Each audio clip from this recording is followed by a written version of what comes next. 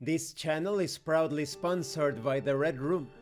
Please check out the link to their store in the description and in the pinned comment below for exclusive tabletop RPG products you will find nowhere else.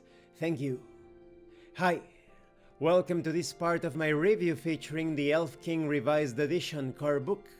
If you haven't seen the other parts of my review featuring this tabletop RPG, where you will experience the glory and melancholy of immortal elves, please check out the playlist in the description below.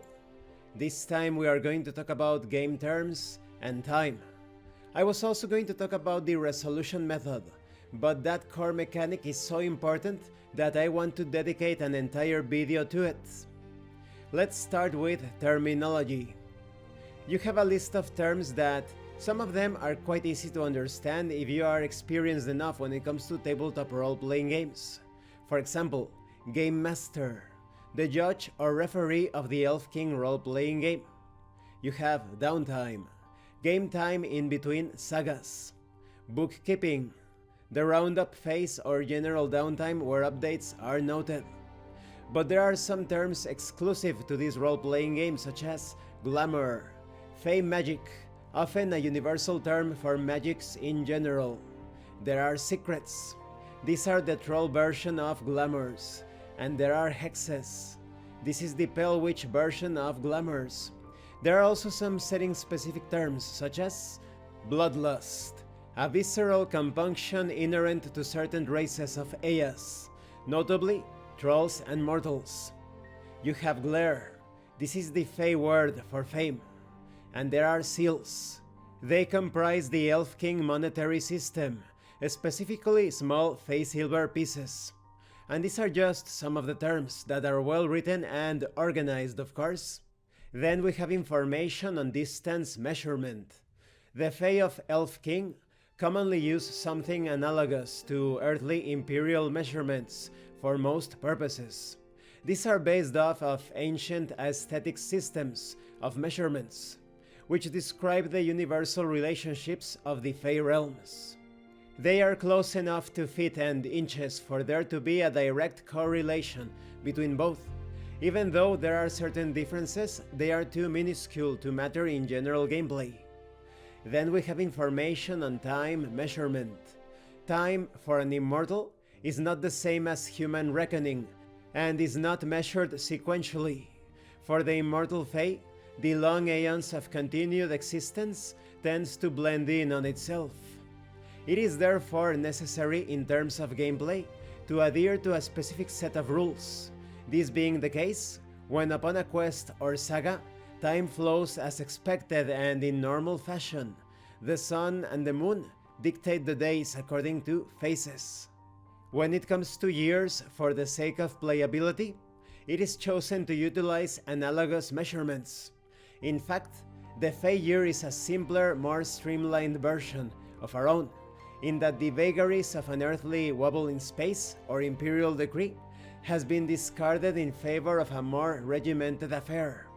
Therefore, each year is of the same length, each month the same number of days, etc. As regards to the length of a year upon Aeas, there is an Earth equivalent in that the Fae note this annual passing simply by two cardinal points, the shortest and the longest day, as noted by the solstice stars and their movements, and the 2 points equidistant between those 2 days, the equinox. Upon the 2 solstice days, important Fae lords and thanes gather for either the summer court, which is the longest day, or the winter court upon the shortest. These gatherings taking place within the great halls of Emira, the ostensible capital of the Fae world. All that considered, it is somewhat helpful to divide the passage of a game day into digestible chunks of time.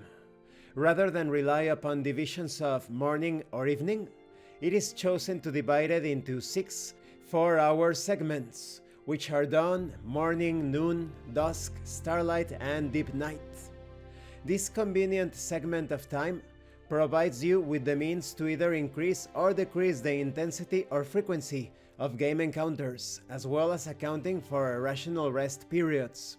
The Fae or Elves have no use for sleep, but they still need to rest and recover, entering a pseudo-trance-like state where they shut down or disconnect in order to realign themselves with reality or existence. Each of the 6 divisions of the day is known as a watch. As is usual with an environment so filled with glamour, where the fabric of reality is somewhat thin, all is not as it seems on the surface. There is a further 7th watch period, which does not actually happen, known to the Fae as dark, which occurs before the dawn. Concerning scenes and encounters, during the 4-hour period of each watch, scenes and/or encounters happen. Each of these scenes are of indeterminate length, but each is played out fully before proceeding to the next. Whilst the word encounter suggests the meeting, perhaps, of 2 hostile groups, this may not always be the case. Therefore, the use of scene is more common. But an encounter which specifically involves physical hostility is a specialized one, effectively a combat encounter, where more granularity is introduced to approach things in a more understandable way. And this concludes this part of the review. In the next part we are going to talk about the resolution method. I am glad that the terminology section is so well organized. If you ever encounter some unfamiliar terms while you are trying to understand how to play this tabletop RPG, you only need to go to this terminology section and all of your doubts will be cleared. And when it comes to the passage of time, it is so well handled in order for you to understand this alien environment by grounding things into real-time measurements. Thank you for watching this part of the review. Don't forget to leave a like, a comment and subscribe. And thank you so much to those of you that are going the extra mile to support the channel. If anyone else wishes to further support the channel, the information on how to do that will be in the description below. This has been Abraham El Jaguar, a professional game master. If you want me to run a game for you, please check out the pinned comment below. And remember, it is better to roleplay and fail in character than not to roleplay and fail as a player. Once again, thank you, and see you later.